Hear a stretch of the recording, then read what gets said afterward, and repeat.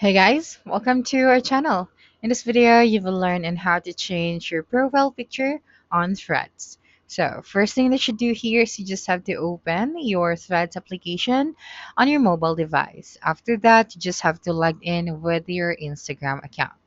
So, once you're here, you just have to click on your profile at the bottom right corner of your screen. That's right. And then here you have your profile photo.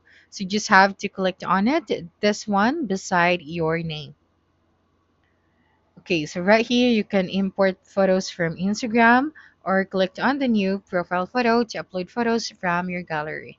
So if we are to select the first option, it will redirect us to our phone gallery. So from here, we just have to select the photo that we want to use. So for example, I'm just going to use this black photo. After that, just click on the done option at the top right corner of your screen. All right, after that, click on done, this one at the bottom right corner of your screen. All right, and then you just have to wait for a couple of seconds and then click on the done option. So once you've done that, you would be able to see here now your new profile photo.